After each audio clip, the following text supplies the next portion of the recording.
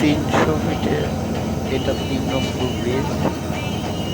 আমরা গাড়ি নিয়ে বের হয়েছি, এক এক করে ঘুরতে ঘুরতে সবকটা ব্রিজ পার হচ্ছি। এখন 3 নম্বর ব্রিজ পার হতে যাচ্ছি।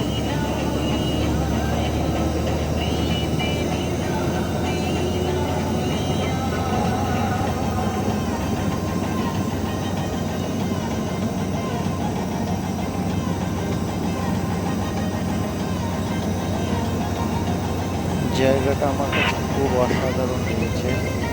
রাতের লাইটিং গুলা, চারপাশের অবস্থা, গাড়ি ঘোড়া সব কিছু দেখে আমি